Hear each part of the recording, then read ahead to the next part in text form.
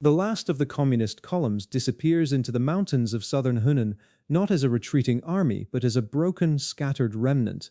The year is 1949. In Nanjing, the air is thick with the scent of plum blossoms and diesel exhaust. Chiang Kai-shek stands on the balcony of the presidential palace, looking out over a city he never lost. The maps on the Situation Room walls behind him are not marked with desperate last stands, but with crisp, confident arrows pushing steadily northward. The Civil War is over. The nationalists have won. The world holds its breath. In Washington and London, diplomats scramble to rewrite their Asia playbooks. The Who Lost China hearings in the US Congress never happen because China was never lost. Instead, a flotilla of American transport ships, loaded not with weapons but with tractors, textile machinery, and technical advisors, steams up the Yangtze. The Marshall Plan finds a new vast canvas. They call it the Great Reconstruction. In the ruins of Shanghai's factories, American engineers in short-sleeved shirts point to blueprints alongside Chinese counterparts in high-collared tunics.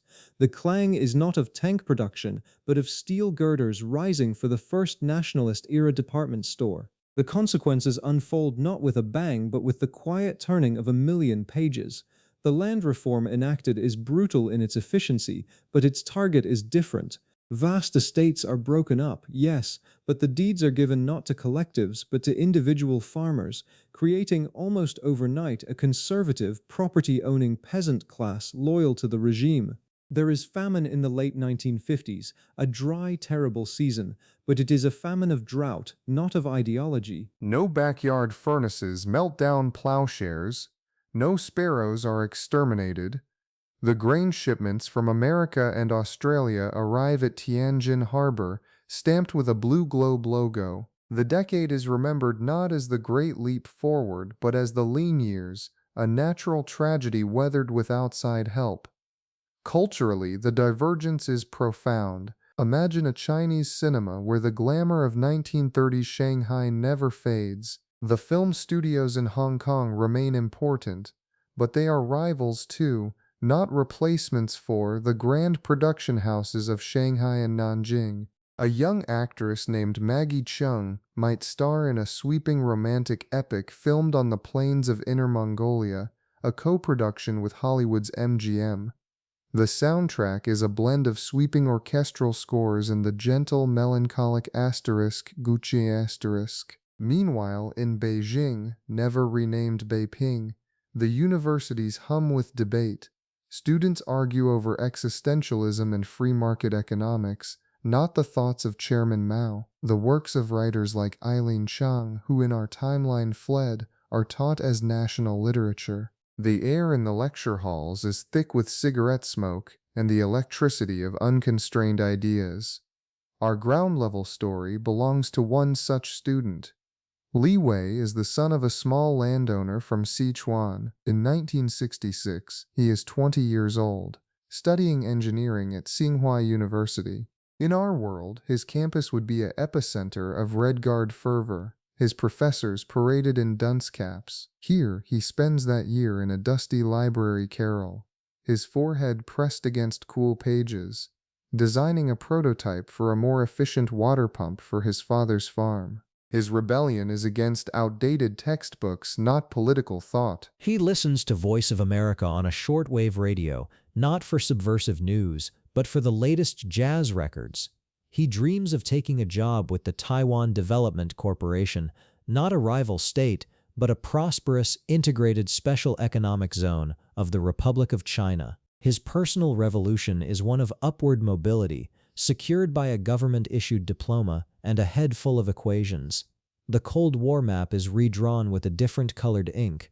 The Iron Curtain has a massive, formidable Eastern ally, but it is not China. The Soviet Union stares across a long, tense border at a nationalist, capitalist, and fiercely anti-communist China allied squarely with the West. The Korean War still happens, but it ends differently. With secure nationalist bases in Manchuria providing unwavering support, UN forces push past the 38th parallel with greater confidence. The armistice line is drawn farther north, near the narrow waist of the peninsula. A unified, capitalist Korea becomes a reality, a bustling Asian tiger decades earlier. This means no Kim dynasty, no DMZ, no nuclear standoffs. The geopolitical anxiety of the 21st century has one less flashpoint. Technology follows a different pilgrimage. Without the isolation of the Maoist years, China's scientific community remains plugged into the global mainstream. Rocket scientists who, in reality, worked in secret deserts for the PLA instead take prestigious posts at Caltech or collaborate with NASA. The first Chinese satellite, Dongfeng Hong, might launch in 1968 from a joint facility in the Philippines, not the Gobi Desert. By the 1980s, Silicon Valley has a powerful twin in the Pearl River Delta, but it emerges not from state-led planning but from a chaotic, vibrant ecosystem of venture capital, returning diaspora engineers, and sprawling factory towns. The smartphone you hold is still assembled there, but the logos on the circuit boards might be a mix of familiar American names and Chinese giants like Huawei, a telecommunications firm known for consumer electronics, not geopolitical controversy. The unexpected details are what make this world breathe. 1. Beijing's Forbidden City is flanked not by Tiananmen Square, a vast concrete plain built for socialist rallies, but by a sprawling leafy People's Park in the Victorian style, complete with bandstands and quiet benches.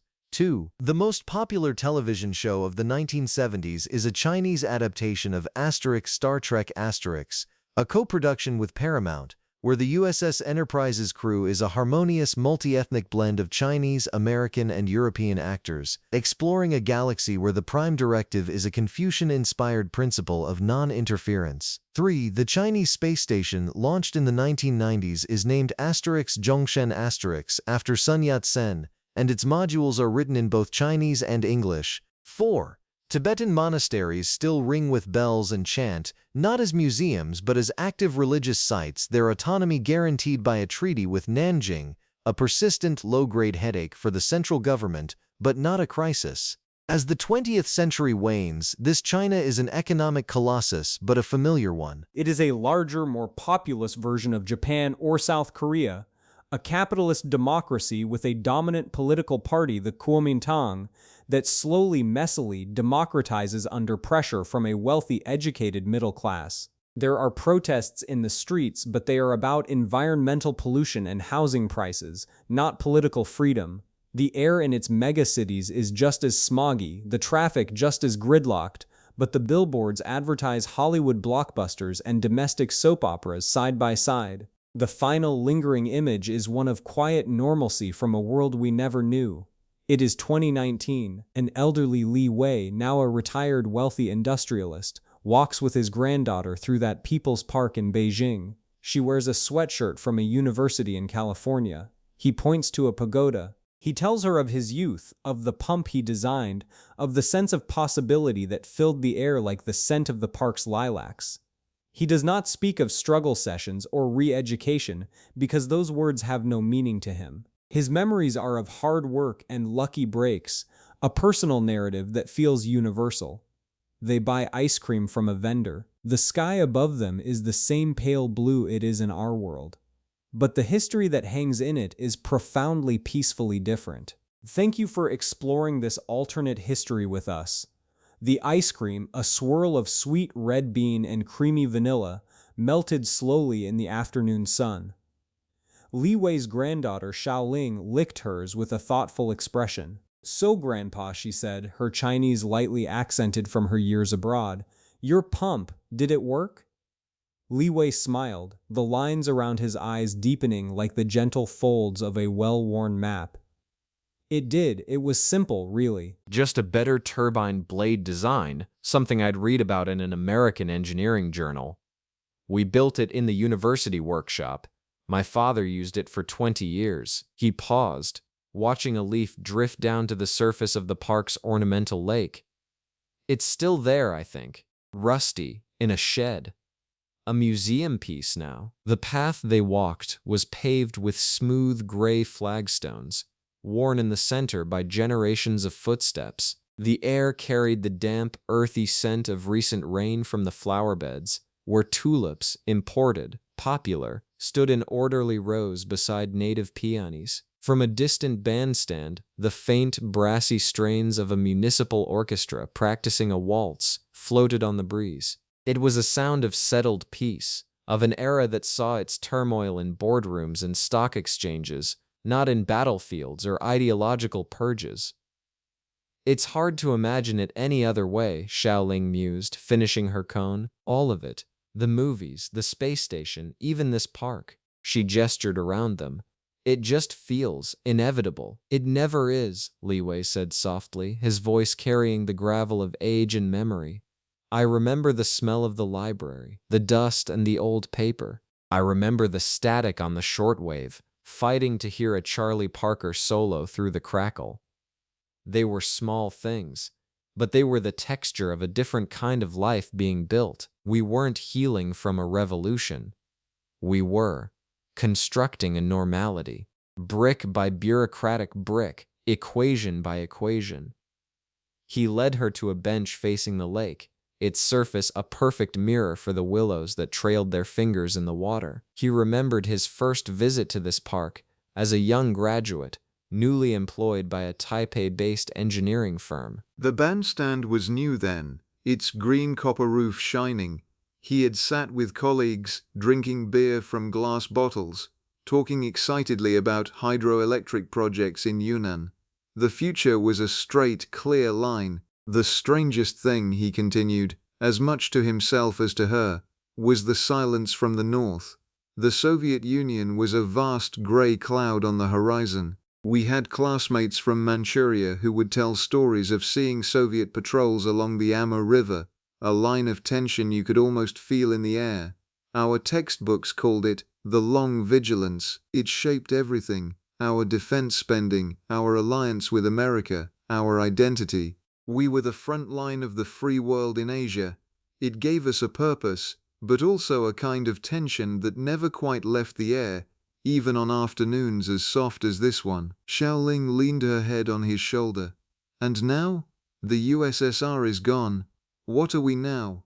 Now? Li Wei chuckled. Now we are a nation that argues about property taxes and high-speed rail routes. We complain about the same things everyone else does.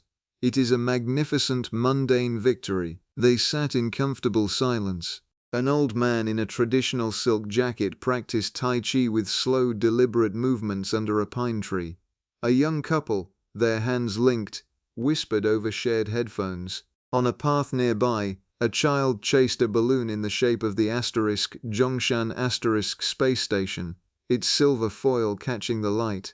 Li Wei's thoughts drifted to the other threads, the ones not part of the official narrative, the persistent murmur of Tibetan autonomy, a constant diplomatic hum in the background. The occasional sharp protests in the industrial cities of the Northeast, where state-owned enterprises had been privatized with brutal efficiency in the 1990s, leaving scars on communities that the economic boom had glossed over but not erased. The subtle, unspoken hierarchy that still existed, where a diploma from Nanjing University held more weight than one from a provincial college, where old Kuomintang families still moved through the corridors of power with a quiet, assured grace. Their China was not a utopia. It was a nation, with all a nation's complexities and quiet injustices, but it was a nation at peace with its own past. There were no unmarked graves haunting the collective subconscious, no decades everyone agreed to never speak of. The history books in Xiaoling's school had chapters on the lean years, on the Great Reconstruction, on the long vigilance. They were stories of challenge and response, not of trauma and silence. The sun began its descent, painting the western sky in strokes of apricot and rose. The lamps along the pathways flickered on, their light a warm electric yellow against the deepening blue. It was time to go home, to Li Wei's apartment in a quiet, tree-lined compound, where his wife would have tea waiting. As they stood, Xiaoling brushed a stray leaf from his coat. "Thank you, Grandpa," she said simply. He nodded, taking a last, long look around the park. He could smell the evening blooms now, the night-scented jasmine beginning to open, its perfume a sweet, poignant note in the cool air. He thought of the water pump, rusting in a Sichuan shed. He thought of the jazz records, now transferred to digital files he never played. He thought of the crisp arrows on those long-ago maps in Nanjing, pointing northward with such certainty. Every life is lived in a single world, he thought. We build our memories on the foundation of what is, not what might have been. The scent of lilacs, the taste of red bean ice cream, the weight of a granddaughter's head on your shoulder. These are the real things, the anchors in the flow of time. The other world, the one of struggle and rupture, existed only in the pages of speculative historians, a ghost story for another people. He linked his arm with Xiaoling's, and they walked slowly toward the park gate, their shadows merging and lengthening on the path behind them. The city's skyline, a forest of glittering towers, awaited. Somewhere a television was playing that old Chinese Star Trek episode. Somewhere a satellite designed in Shanghai and assembled in Shenzhen was orbiting peacefully overhead. Somewhere the past was just the past, and the evening was simply beautiful.